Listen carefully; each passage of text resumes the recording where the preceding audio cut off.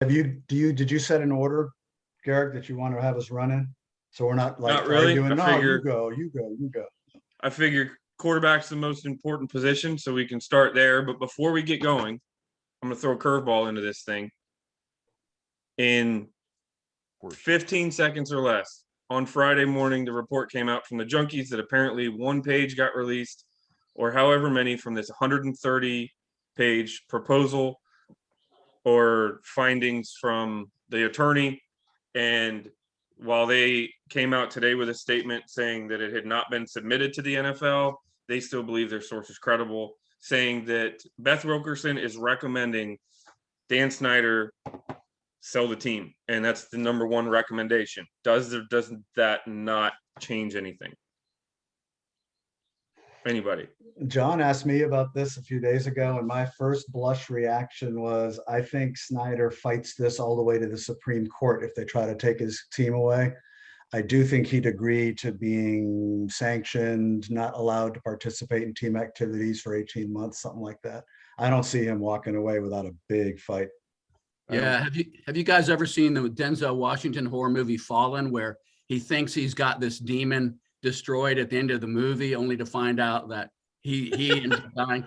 So that's how I feel about Dan Snyder. It's like time is on his side. He cannot be destroyed by mere, human foundations. It's going to take holy water and exorcism. My gut reaction is we may find out what the NFL's recommendation is in the next month, but we're still going to be arguing over this in 2 years. Because I don't think Snyder's going to be out of the picture. No matter what the NFL says, I don't think Snyder's gone in 18 months to 2 years. I think it'll take that long to. Yep.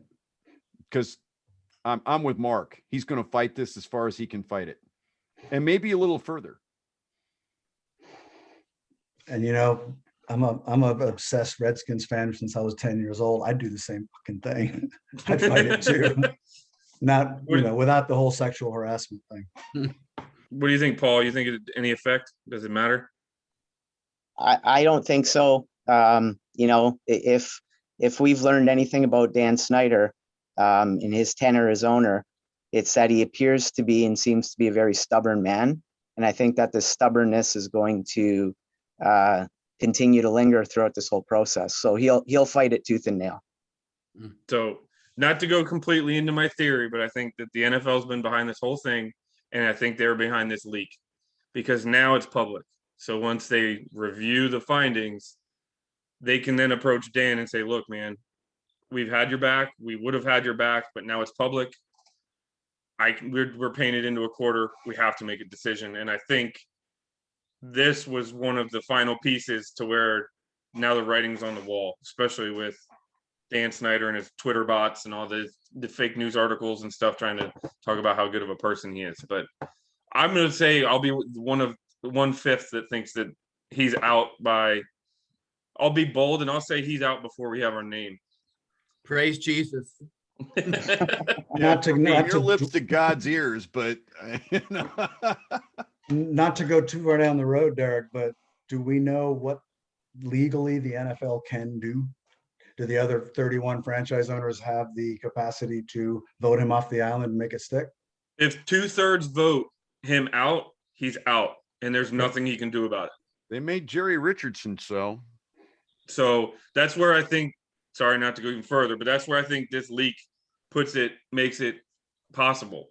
Because now you can't sweep it under the rug. You can't be the good old boy network. You can't do what the NFL has done before, where we'll suspend him because that was what was recommended by the attorney. And because this is a legally binding case, attorney-client privilege, I don't know that she could publicly, because they're not a publicly traded company, I don't know that she could even publicly release the report intentionally. This leak takes that away. Now it is shown, it is documented, it's reported. The number one recommendation is for him to sell the team. And the NFL is talking about wanting to get more women fans and everything. Then you're going to give Dan Snyder a pass after a female attorney recommends that he sell the team because of how poorly he treated a bunch of women. I don't know. Well, I'll tell you, we have some experience in putting together an ownership group, so it happens. Hey, 130th, whip out my 127th. Let's see. So anyways, all right, on to the subject at hand, free agents. We each were tasked with a little position group, and we can kind of jump in. I don't know that it has to be scripted, but Paul, we'll start it off with you. You had quarterbacks, and obviously Dak Prescott's not available anymore, unless we're going to trade for him. No, and the good thing with Dak Prescott is that I never had the hopes of bringing him in. He's not a guy that I'm convinced can carry a team on his back. So regardless of what happened today with the Cowboys and Dak Prescott, it has no bearing on what I'm going to say in regards to quarterbacks here. Anyways, with quarterbacks, I think ultimately this team is going to have to be patient, considering our draft position and considering the available quarterbacks in the free agency landscape. The fact is we're in the infancy stages of erasing, almost 30 years of horror stories for this team. So based on what we did a year ago, I really think that focus needs to be on progress and consistency. Just continue to build on what we did a year ago. No steps back. So I think that the focus with quarterbacks essentially needs to be to bring someone in that can allow us to have some progress, allow us to build on that consistency. So who's going to promote that progress? Who's going to promote that consistency for our team? Is it going to be Alex a Darnold? What's that? Alex Smith. Oh, yeah. Is it going to be a Darno, a Mariota, a Winston, a Trubisky? To me, all those guys are reclamation projects. I don't think that we can afford to have the risk of one of those guys flaming out on our watch. If it's all about consistency and progress, I think we're going to have to look elsewhere. And I don't know if the answer that I'm going to give you guys is going to be one that people like. But if you look at a season ago, what were our quarterback moves? Well, we brought in Kyle Allen, we brought in Heineke. All those moves were based on familiarity and trust. And I honestly think that the same is going to hold true this offseason. See where this is going. No. I think we're going to Cam Newton route. I honestly believe that we're going to go and roll with Cam Newton with a beefed up roster at the wide receiver and tight end position. He brings a little bit of that experience. He brings a little bit of that confidence factor to your huddle. If you watch the games a year ago when Smith was playing compared to when Haskins was playing, the guys in that huddle just had that sense of belief. They had that sense of, we can get this done when Smith was in there. With Haskins, it was like, we don't have a hope in hell. Mhm. Now, I'm not saying by any means that Cam is the perfect solution. But again, based on our draft position, based on the QB landscape and free agency, I think he's going to be viewed as the safest and most trusted solution by our staff with a vastly improved receiver core. I really do. Well, that's a defensible position. The familiarity thing, I can't disagree with that. I don't know enough about the quarterback Cam is now. We know what he was. I just don't know if he's that guy. I didn't look at film, but just based on watching him play this last year, sometimes I saw it and sometimes he just kind of looked old and done. So I hope if our guys know enough about him and Scott Turner and Ron know the guy and they trust it, I could see if they can get him in here for a year, vet minimum and incentives. Then I think the one thing we got to remember is he's never played in another offense until this last year. He was with the Panthers from the very beginning. And so you could argue that maybe back in a more familiar system, we'd see, somebody that's more comfortable and doesn't look as limited as he has at times. And that was a very, very, very talent deficient roster in New England. That team is not talented. They didn't have Gronk. They didn't have insert any legitimate wide receiver. I think they were running N'Keal Harry was one of their top, and he was a rookie. And then on top of that, there was no offseason. So again, like the same defenses we had for our quarterbacks. I mean, you can make the same defense for Cam. I'm not arguing for him, but it is definitely they had a lot working against him that could have, nerfed his ability quite a bit. I don't know. I would go that way, but he can come in and compete with TH4. I mean, all right. So are we just thinking like a year? I mean, how old is Cam now? I Uh, don't think it's how old he is. I think it's how much punishment he's taken. Mhm. Well, and then that's a valid point too. Because But he had, I want to say he had maybe he had less than one passing touchdown per game, but I want to say he had almost close to double digits rushing touchdowns. yeah, he had I believe he had 12 rushing. He had Mhm. 8 passing touchdowns combined with 10 interceptions. So I mean, he Right. certainly didn't flourish in the passing game. But he's going to give you that dimension inside the 20 as well, right? Where he can take off as a runner and, it just gives you that added sense of unpredictability in the red zone. John, Well, do you, I'm glad you didn't pick someone conventional, that I haven't heard really a good discussion about bringing Newton back. I think most Yeah. people discount it. So I think that's pretty interesting. And the other thing is too, when you think about Rivera, he's a big leadership guy. He's big on leadership, big on guys that lead by example. And Belichick a year ago raved about Newton in terms of his work ethic, in terms of his ability to carry himself in the building. And I think that that's going to play a part of it as well. There is a need for some veteran leadership on this team. And don't get me wrong, I'm not somebody here who's pounding the table saying it has to be Newton. I acknowledge he's not a perfect scenario, but in my personal opinion, I think I would be a bit more comfortable going with that veteran presence as opposed to going with a reclamation project, because there's not really much out there when you think of that quarterback landscape. There's not. There's definitely not. At least not free agent wise. Mhm. And I'm not giving up Watson or Wilson money. Sorry. yeah, yeah, no, yeah. 10-4. So I think we're all in agreement that that's probably not the move we want to make, but it's more likely the one that's, well, let me rephrase that. That's not the long-term answer. It's a short-term. So we would probably draft somebody too, right? I have to imagine if we're going to sign Cam Newton and we're going to run with Cam and Heineke, we're drafting somebody. And it might be a 3rd or 4th round pick, but we're drafting somebody with the idea that they could be the future. You don't think they're keeping Kyle Allen?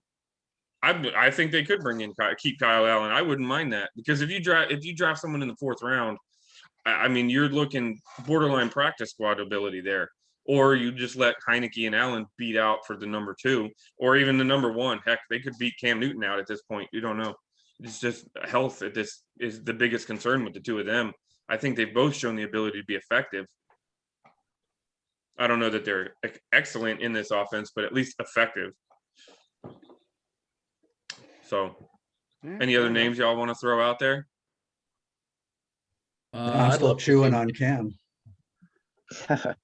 I think there are some guys that would be worth taking a chance with. I think Mariota and Gardner Minshew, both of those guys, I don't know if Minshew's really available, but I think both of those guys have been shown some real flashes, as opposed to someone like Darnold, who I think the Jets fans are trying to convince themselves that he's someday gonna, get it and start showing something consistently. But anyway.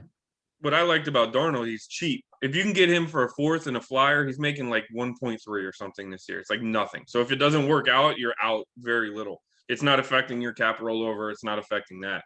My bigger concern, because we got linked to Bridgewater, because I guess he got drafted by Turner in Minnesota. Turner was the quarterback's coach. So people are saying there's that connection there. But he's on the books for like 17 million next year. And I don't know that I want to take a $17 million chance. I'd rather take a $1.2 million chance. Yeah. Sign however many other players. So he's on the books for 17, but I mean, if we picked him up, we're not going to keep him for 17. They're going to do exactly the same thing they did with Alex Smith, and they're going to put him on a new contract that drops his number, at least for this year. Right. And maybe sets him up to be able to release him cheaper later down the road if he doesn't work out. But even so, yeah, you make a very good point. Although I've heard Bridgewater linked as well. I don't know that I'm excited about him, but he's younger. But catastrophic knee, he just worries me. So next up, wide receivers. Wide receivers next. Woohoo! All right, we can talk about wide receivers next if you want to.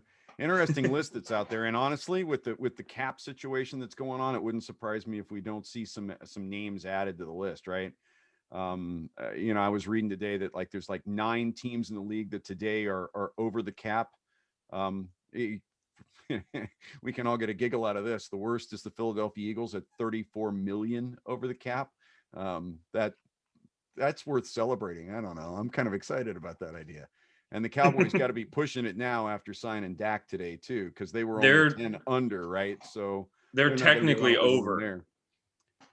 But, I got to looking at the list of free agent wide receivers out there, and I saw a couple of people, actually a number of different, commentators going, the Redskins are going to go all in for Robinson if he's available, right? The question there remains whether or not Chicago's actually going to tag him between now and next week. They may very well do that. They've certainly indicated they want to keep him, and I can't blame them.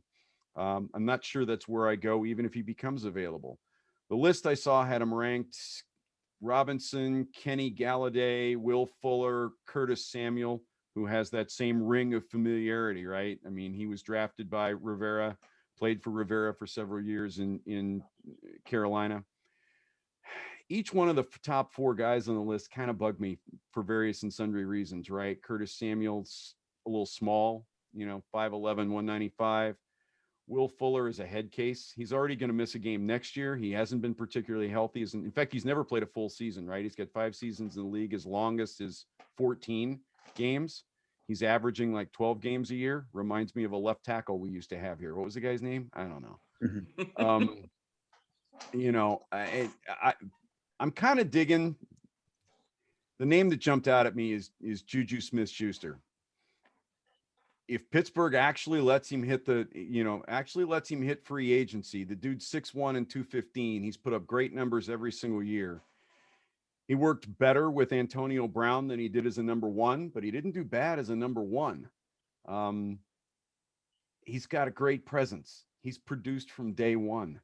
He's got the size, deceptive speed. He only runs a 4.54. I say only a 4.54 because there's a couple guys on this list that are running sub 4.3s, right?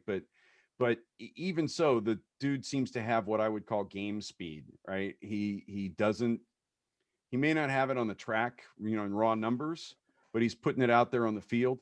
He's the only guy in the NFL to score 2 touchdowns of 97 yards, right? I don't know. It's big game, big play, and he's willing to go across the middle and do the dirty work, which frees up McLaren on the other side. The other thing is he's actually played some slot too. So there's a little bit of versatility there. You can move him all the way outside. You can bring him inside somebody else on the outside, stack it up. I'm assuming the Redskins are going to draft another guy. You go and look at our roster and what we did this year. McLaren was the number 1 receiver. 2, 3, and 4 were wide receivers or were running backs or tight ends. McLaren had 87 catches. Cam Sims was second on the wide receiver core with 32. Got to get some help. And I'm assuming there's a guy coming in the draft too, and relatively high. I would be shocked if we don't take a wide receiver in the first 3 rounds. But I'm thinking we've got to get one in free agency too, and it's got to be somebody with some experience and some stuff.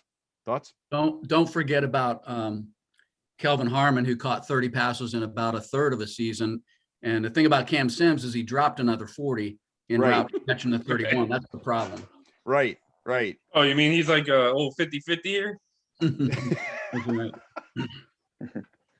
You may have the only Gardner jersey in the area, my friend. I have it in every color because it is literally my last name. So it holds. Serendipity.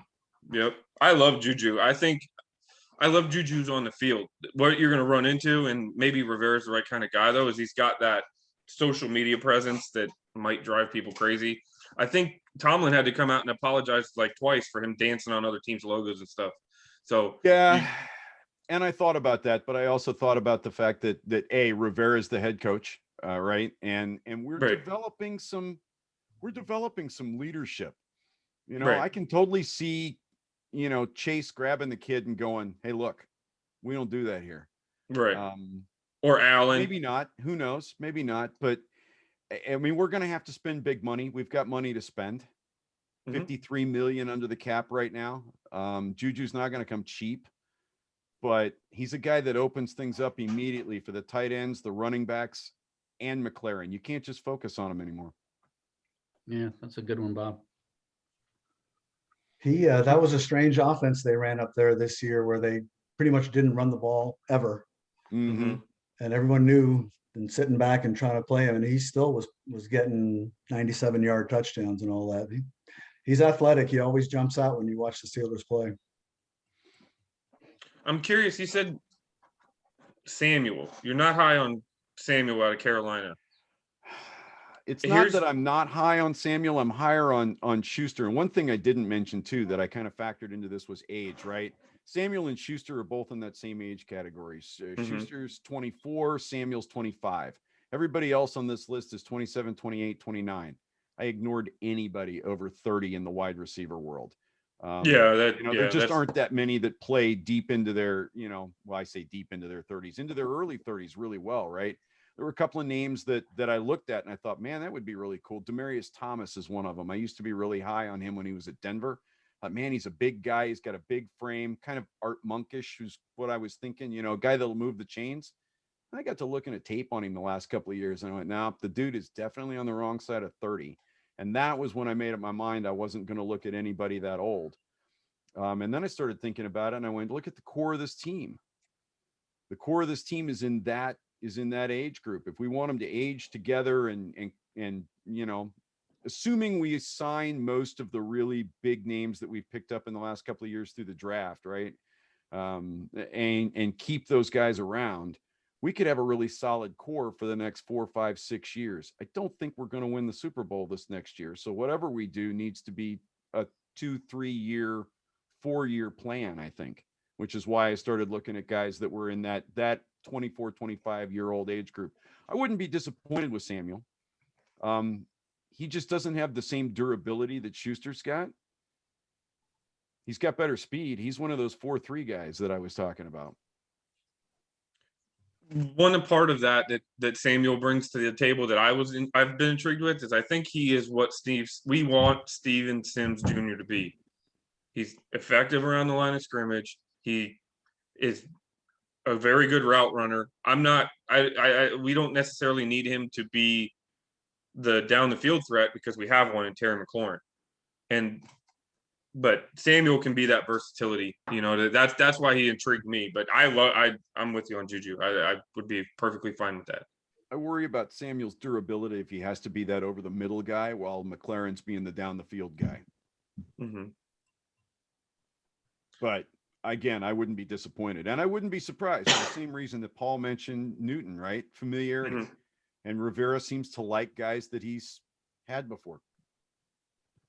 I think Schuster's an awesome option as well. Love the versatility that he brings. But the one thing that crosses my mind when it comes to him is I think he's going to command a pretty sizable contract.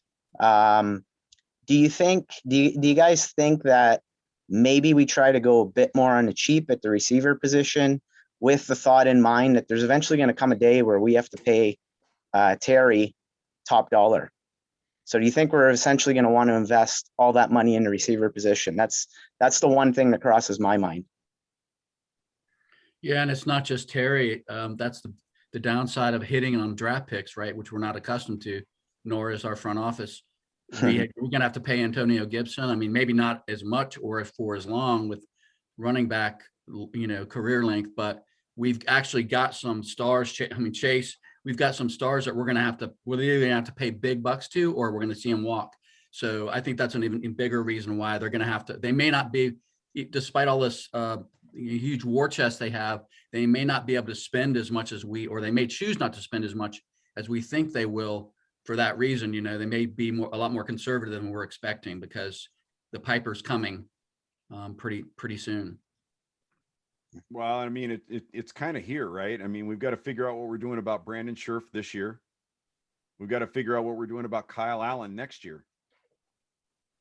No, not Kyle Allen, Jonathan Allen. Sorry, Jonathan Allen. Too many Allens.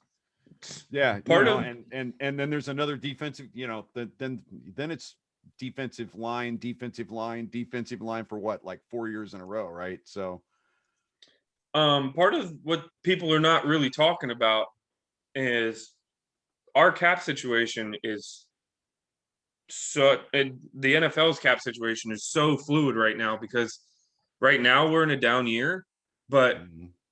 ESPN and ABC just signed a deal with the NFL, or they are in the talks of that's up to 2.6 billion to maintain it Monday Night Football and get thrown into the ring to host the Super Bowl in the rotation. I mean, when you're talking, that's where the revenue comes in for the cap numbers. Amazon Prime has now been talked about they're going to start carrying some games. And so that kind of TV money, we could be down this year, but in 5 years, we could double the amount of cap space. So we would be almost better off if we spend more, if they're anticipating this correctly, spending more now and locking up these guys to these bigger contracts on a $180 million cap for 4 or 5 years. Because when this thing balloons, if it balloons, the salaried cap numbers are going to be insane for players of the same caliber, because the cap is going to be so much higher. So it all depends on how you want to play that game. All looking at our cap situation, we haven't dealt. I mean, Alex Smith was here for a long cup of coffee, but if we do hit on a quarterback someday in our lifetimes, the kind of money that they're commanding now, when they're, you hit that guy and he comes up for that first renewal after his 5 years, you're paying him what, a quarter of your cap. So right, we have work to do. We could be paying Heineke that next year. I'd be okay with that, because that would mean he'd be blew up. that means yeah, exactly. Yeah, Hey, you give me a exactly. ring, I'll pay you anything you want, buddy. I'll pay you myself. Yep. So I believe John had tight ends, correct? Yeah, so I wanted to spend a minute talking about what we currently have. It won't take long, because his name is Logan Thomas. That's pretty much all we got. The cupboard is pretty bare. It's been bare for a while, since really for years, other than Reed, when he showed up. But He's part-time player. The Jeremy Sprinkle experiment has to come to an end. And I don't know how many years it's been, but I know he played 16 games last season and had one catch. So he's got to go, and I think he will be gone. They won't re-sign him. We have a handful of other guys that are kind of guys that have bounced from undrafted, from the practice squad to the active roster based on emergency need mostly. Most of them are undrafted free agents. 2 of them went on IR. I don't think we'll bring any of those guys back, or if we do, it'll be as camp fodder. The one guy that I thought about, though, Thaddeus Moss, we picked up last year as an undrafted free agent. A lot of people thought he'd be drafted on day 3, and he wasn't. I think they saw something in him, but he was one of the IR guys, so we haven't really seen what he could do at all. So I think they might take a little look at him. But the guys that I'm most excited about, I did exactly the same thing as CH did. I didn't look at anyone over the age, even 30 years old. I looked for all young guys that I know everyone's going to be talking about Hunter Henry. Hunter Henry obviously is the cream of the crop as far as production and talent. In his 5 seasons, he's put up a lot of yards. But a couple of things with Hunter Henry. He's not coming to DC. We don't know who our quarterback is. We've got drama out the wazoo, and it's Washington, DC. I'm sorry, I love DC. I grew up there, but it's not, it's not Tampa Bay. So he's not coming here. And even if what it would take to get him here, we can't afford to pay, even with all the salary dollars that we have. And then the other thing about Hunter Henry is, which people don't talk about, he's unavailable a lot. In his 5 seasons, he's already missed 25 games. And as a tight end, that's pretty scary, because it ain't getting better as a tight end. Your health is not getting better. So that kind of is a foreboding sign to me. So I'm staying away from him. But I do like 2 guys. Both of them play for the Titans last year. Jonnu Smith, who's super talented. He's only 25 years old. He's durable. He's got great hands. He was a former 3rd rounder. He put up about 450 yards last year on 41 catches, caught 8 touchdowns. So he's great in the red zone, but they're probably going to tag him. Burgundy Burner predicted that, and he's actually pretty connected as far as those kinds of things out there on the web. So I trust what he's saying. but his teammate, Anthony Firkser, had almost as good a year as Jonnu Smith had. He put up 387 yards, 39 receptions, and he only played about 30% of the time. So if they do decide to tag Smith, he would be a good option. He kind of had a breakout year last year. And the thing I love about Firkser is, first of all, he's a Harvard graduate, so he's smart.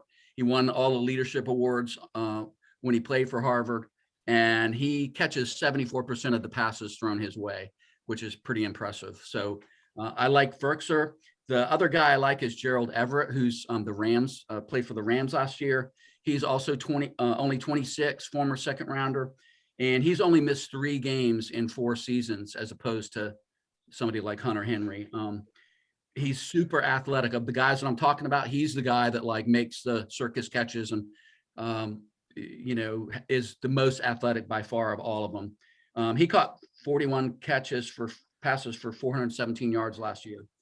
And then the last guy I'll mention is Dan Arnold, who's was with the Cardinals last year. He's 25 years old. He's basically a Logan Thomas clone. He's 6'6". He caught 31 balls for 438 yards and 4 touchdowns last season.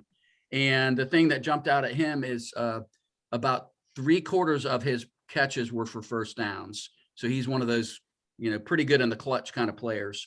So those were the guys, like I said, the 2 tight ends from the Titans, Gerald Everett from the Rams, and then Dan Arnold. Those were the 4 young guys who I think we can get and who would be a really great compliment for Logan.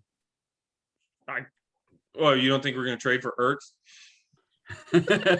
I don't know. Or no, what I'm hearing now is they're going to release Ertz. That's what I keep hearing. I'm like, why? I mean, they're not going to release Ertz. I mean, if they want to move on, they're going to get something for him, for God's sake. The thing about the modern tight end position, if you have the one guy, if you've got Travis Kelce, you don't bring in another pass catching tight end. You get a guy who can seal the edge and block for you and occasionally catch a ball. I haven't looked at tight ends enough to know if any of those guys do that. I started looking at that, Mark. That's what I started looking at. And Yep. none, really, there's no road grader most of the guys that block well are the older tight ends. So yeah, I had They want to stick on a roster. There's no I think that position is going away from that because the players who want to play tight end want to be Kelce. They want to be Gronkowski. They want to be George Kittle, and Right. to a point, Kittle is probably one of the best blocking tight end. Yeah, that would be my number 1 choice. So if you've got a Logan Thomas who's not really an elite pass catcher, he's good. Do you bring in another one like him, or do you go for an elite pass catcher and try to turn Logan into more of a blocker? What I'd like to see us trade up and get that Pitts kid. Kyle, Don't Kyle trade Pitts, up. That's his name. Don't Kyle Pitts. I wonder. I think it also comes down to your scheme, because I think, and I'm going to say something a little hot take-ish here. I think us as Washington football fans have overemphasized the idea of tight ends, because for how many years have we had dynamic tight ends, and that's been our crutch.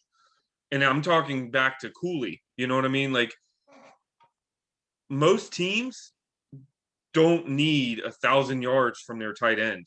They don't even need 500 yards from their tight end. That's not what you need. So a lot of people are like, well, we need to upgrade. We need to get a premium tight end. I don't know that we do.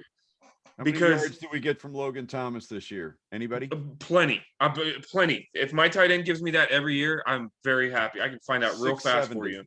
Huh? Logan Thomas gave us 670, and that was pretty much on 2/3 of a year, because the dude was hardly used the first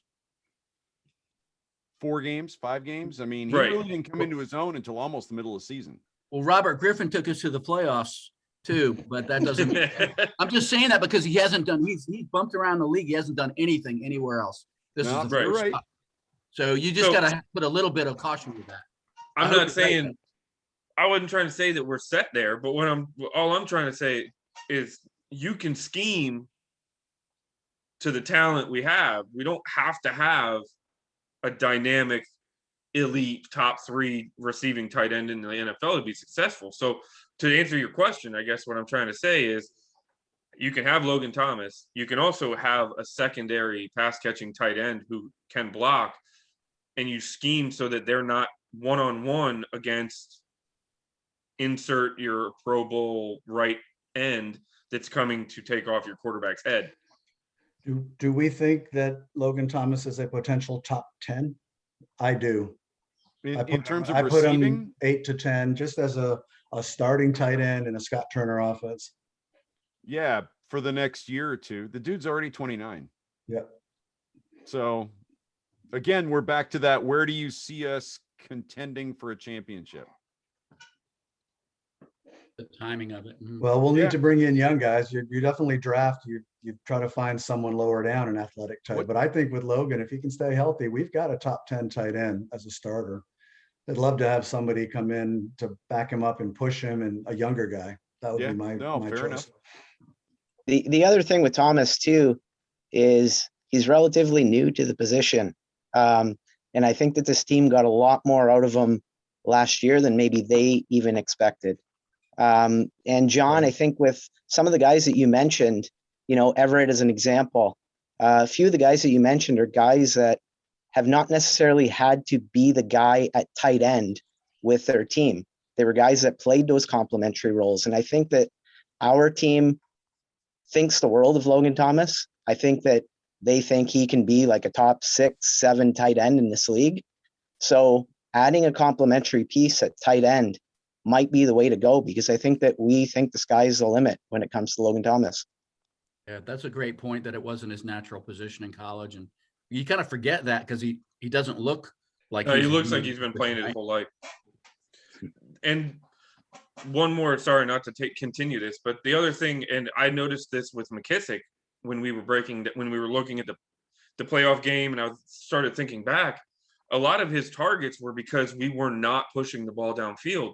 So how much of that is how awesome is Logan Thomas? Because I think he fits exactly what we need. And how much of that is we had no choice. Terry McLaurin had 2 sprained ankles. Cam Sims was catching nothing.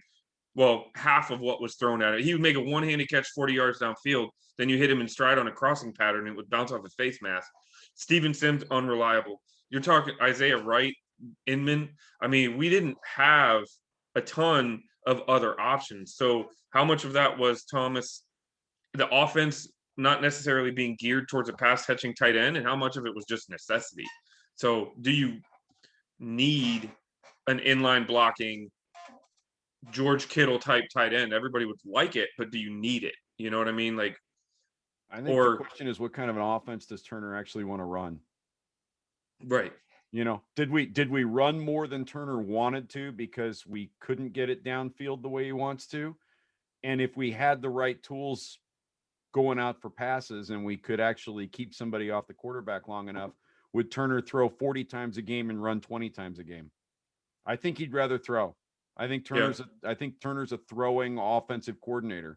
And if that's the case, then the tight end's going to see plenty of balls. Yeah. So then and- you could make the argument for Jonnu Smith, have another receiving tight end is just another weapon.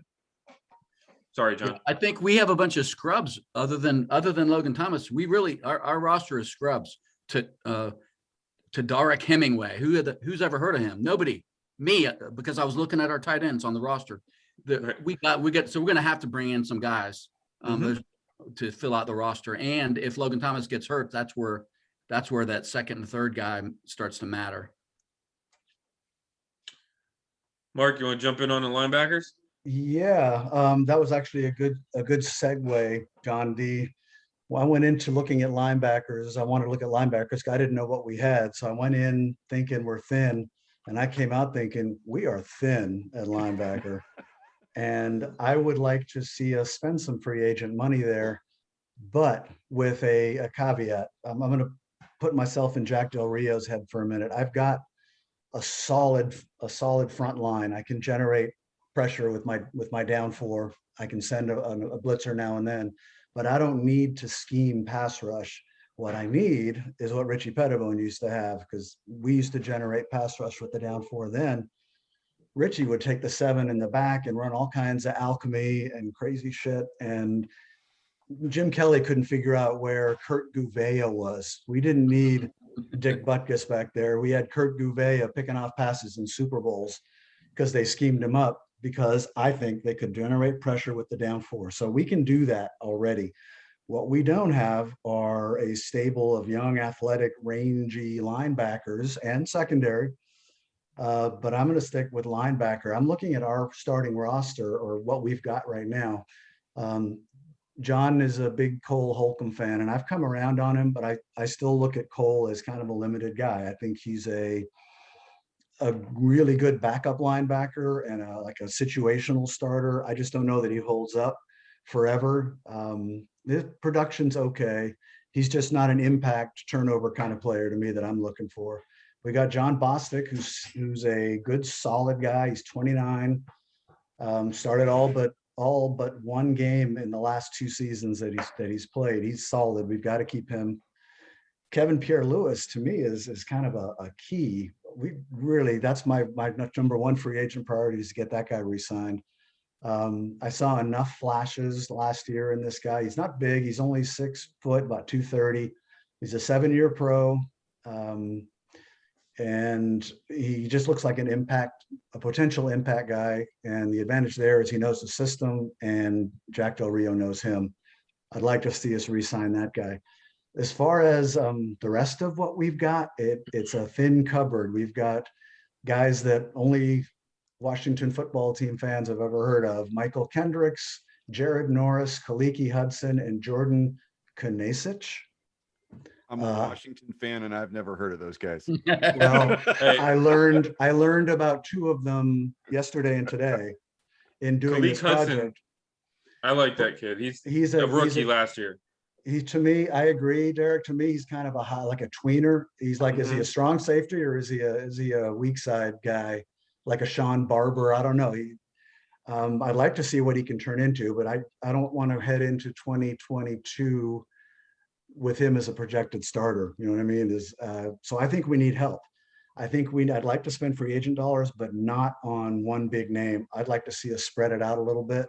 There are some big names out there. Matt Milano from Buffalo is a solid guy with great instincts. He looks great on highlight vids.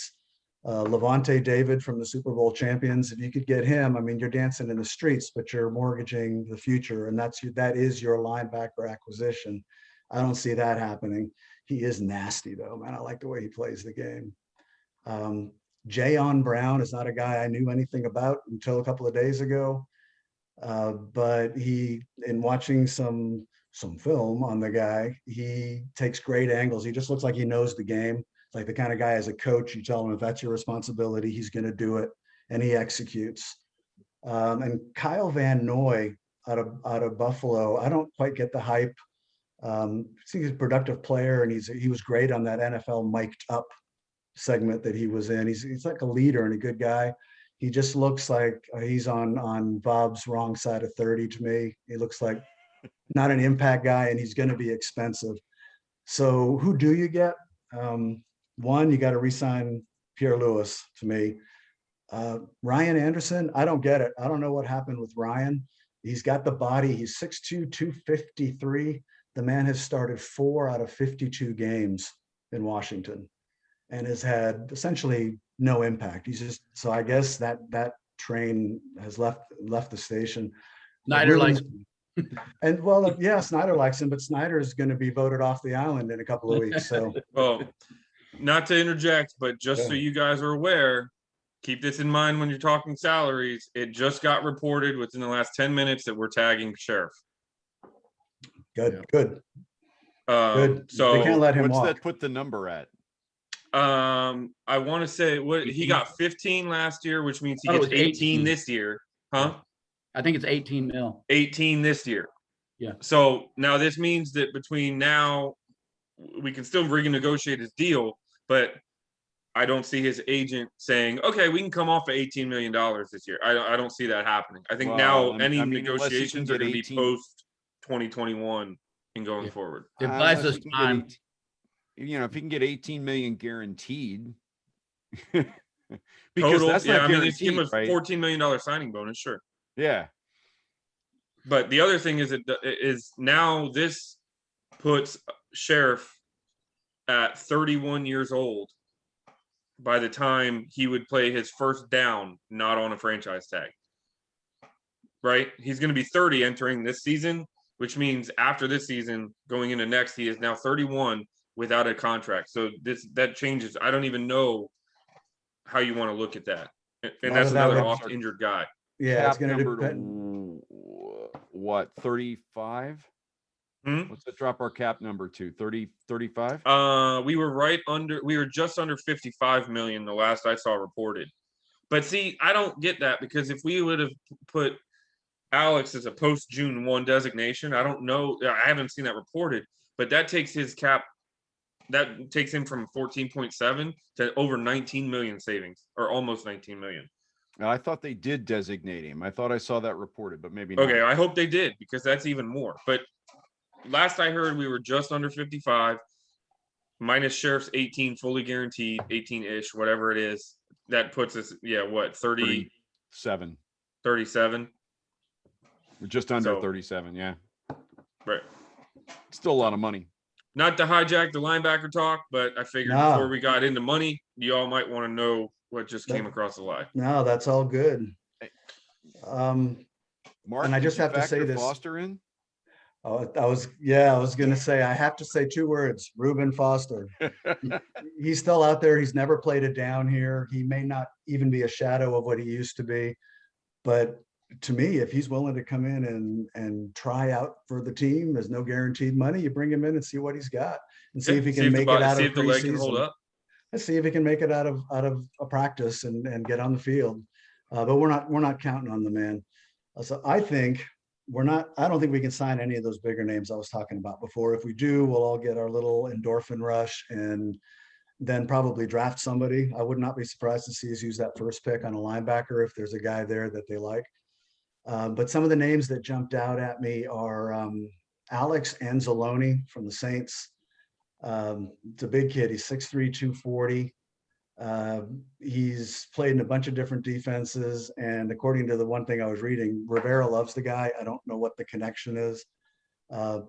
Someone to look at. He only made a little over $1 million last year. Started 16 games. He could probably had for a reasonable amount of money, and he's only 26. Samson Ebukam from the Rams is another big boy, 6'3", 245. He only made $2.25 million last year, started all 16 games, and he produced 4.5 sacks, QB hits, 3 tackles for loss, defense pass.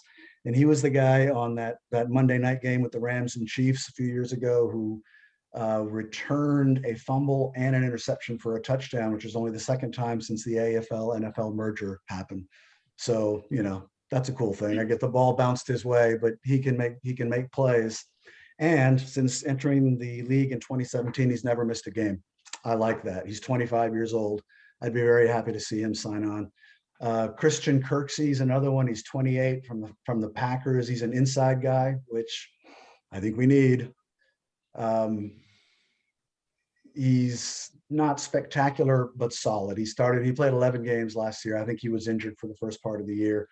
But he kind of makes things happen. And then there's a couple of guys lower down. KJ Wright from Seattle started every game for the last 2 years. And Anthony Walker from the Colts. He's a little bit smaller. He's 6'1", 230, which is sort of the going rate for our current linebackers.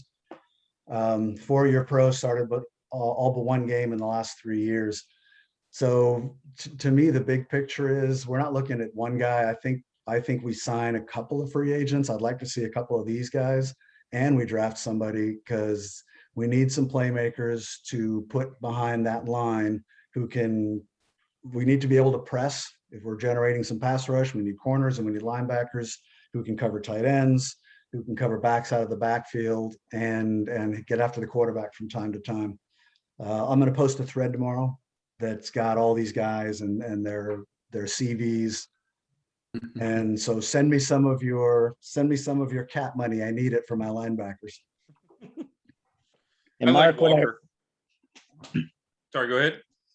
Mark, what I really like about your analysis in terms of the linebackers is, like a lot of the names you mentioned, those guys aren't going to command huge money. And I think down the road, what ultimately that is going to help you with is it's going to help you to invest in the foundation of your defense, which is that defensive line. Yes, sir. I don't think there's one of us here that would say, yeah, I'd be okay with, one of our 4 first-round picks on that defensive line walking away.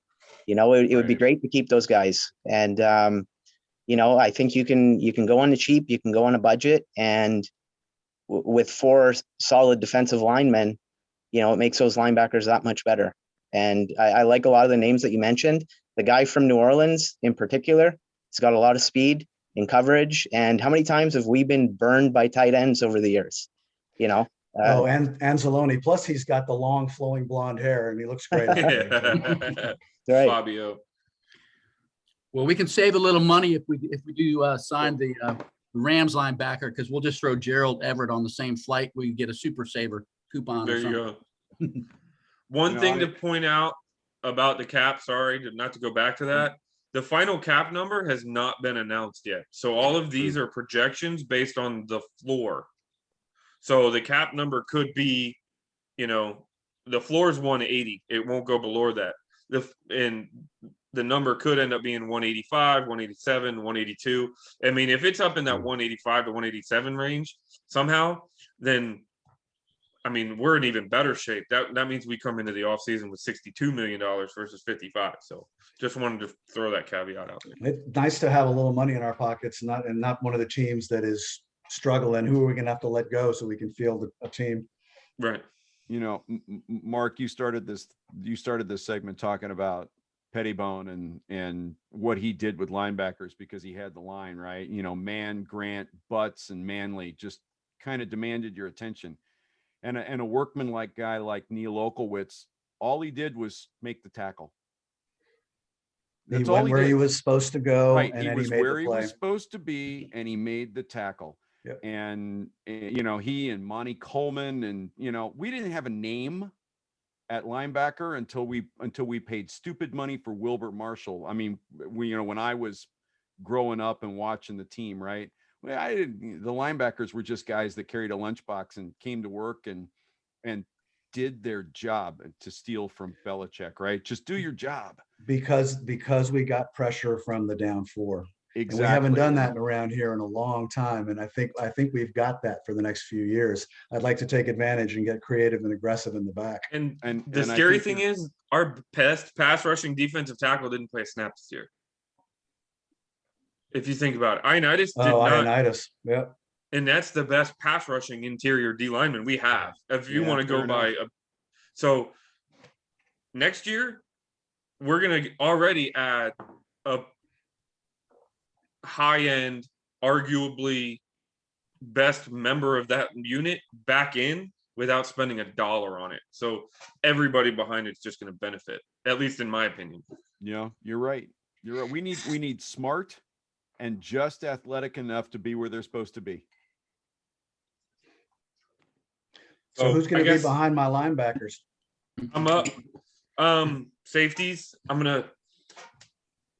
This doesn't change too much with the sheriff tagging, but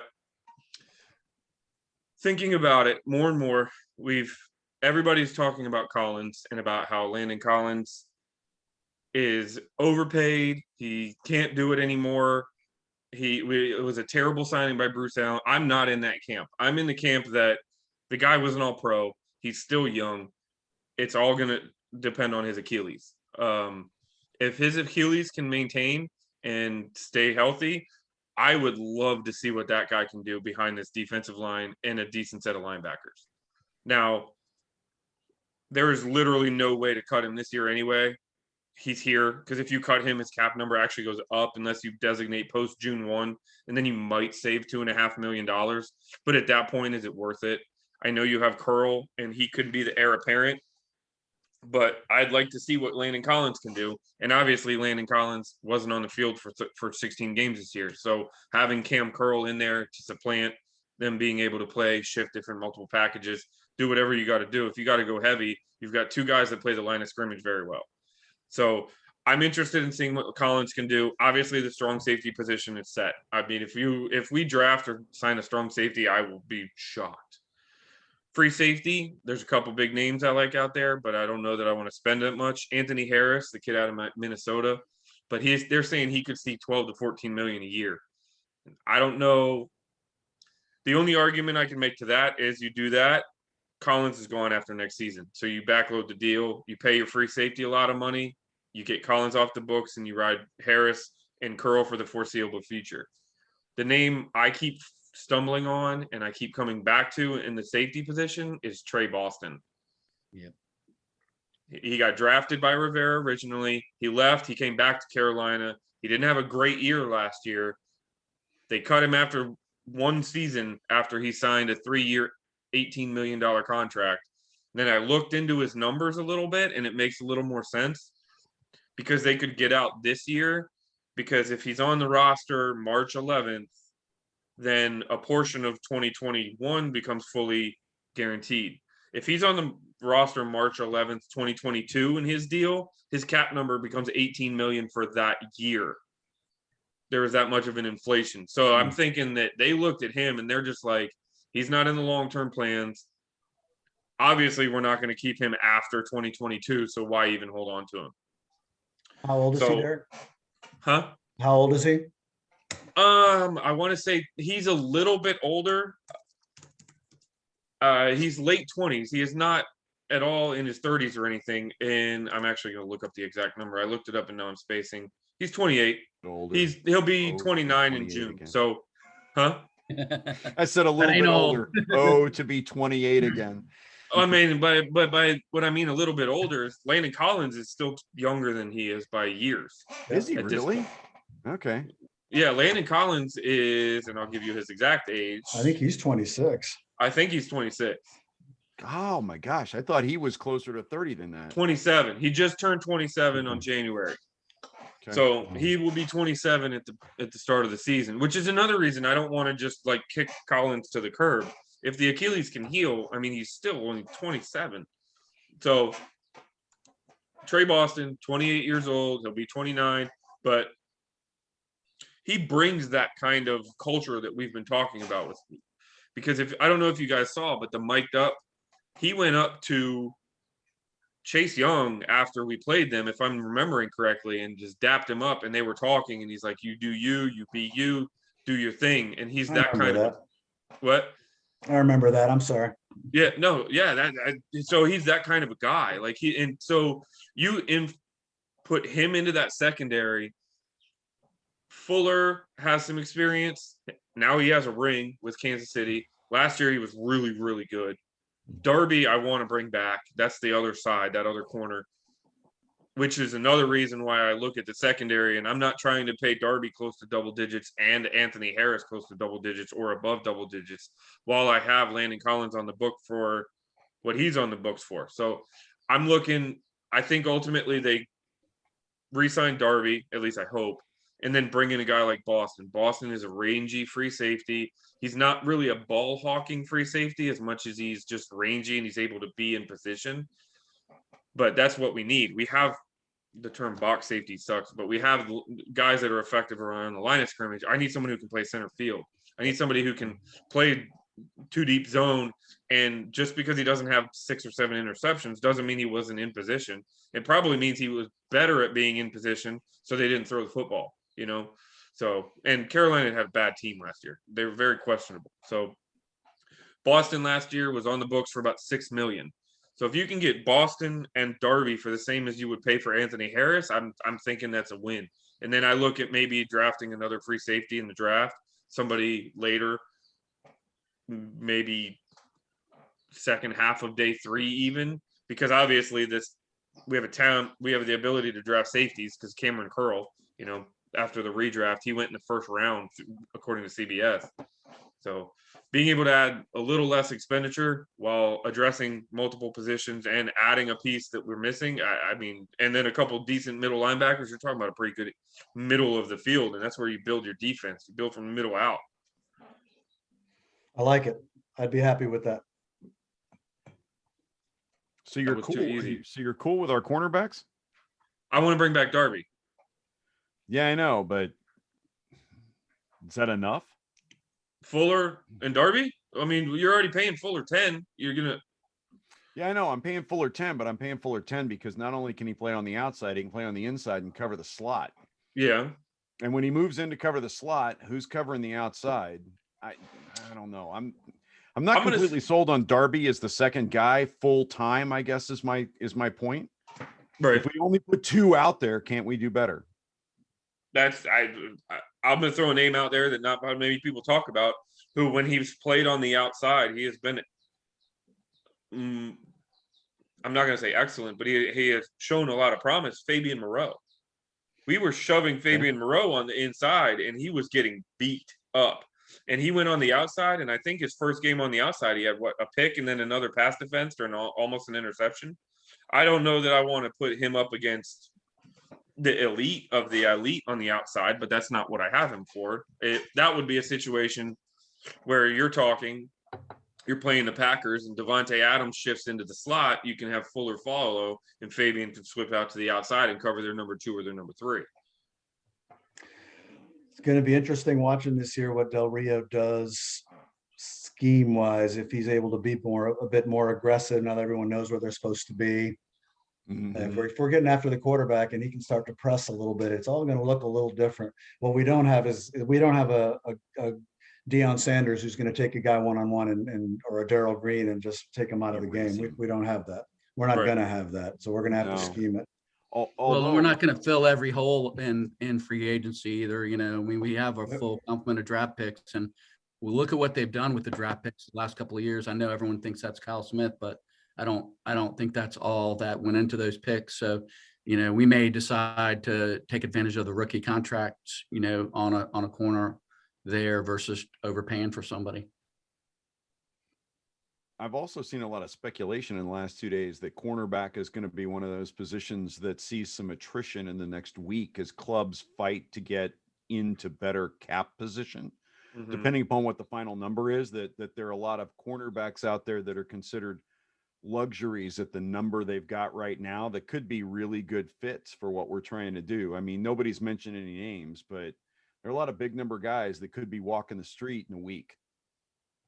It's very, very true. Because corner's usually your highest paid, one of your highest paid defenders outside of defense, you know, pass rush. And right, you're left, low hanging fruit on the right end. Dollars go. Yeah. So if they're trying to make up, you know, if you make up some easy cap space, that's absolutely. Think Josh Norman. Too soon. Well, another name that I saw pop up. Come on. Another name I saw pop up on free agency that I didn't even want to touch was Richard Sherman. I'm not even hard pass. So 5 years ago. So I think ultimately we got to take solace in the fact that we have a solid defensive line. Another year of seasoning for those young bucks up front makes any secondary look that much better. That's true. And we have money to spend. So if we have an opportunity now that we can do some things that we haven't been in this position before. We don't know what to do with it. So there's something really weird going on, man. There's like this optimistic vibe. I can't get past it. You got to find me a quarterback. We need a quarterback. Then I'll be dancing. Have you seen our opponents for this coming season? Yeah, I peaked. If they implement, and they're saying they're probably going to, if they implement the 17th game, our 17th game is Buffalo, which means we will play all 4 teams that played on Championship Sunday. We'll be seasoned. We'll be ready. That's all right. It's all good, man. Means we got to eat within the division. To be the best, you got to beat the best. Yeah. You mean like the NFC East of the 90s? That's what I'm saying. The playoffs were easy because we beat each other up for so long. Battle hard. I'm saying. All right. Well, it's been fun. I think this has been a nice little inaugural BGO podcast. I don't know how you guys feel it worked out. I had a ball. Fun, man. It was good. You guys are some smart dudes. All right, fellas. We'll do it again soon. I don't know about that. But we know how to talk a lot. Yeah. Hail to the team. That's right.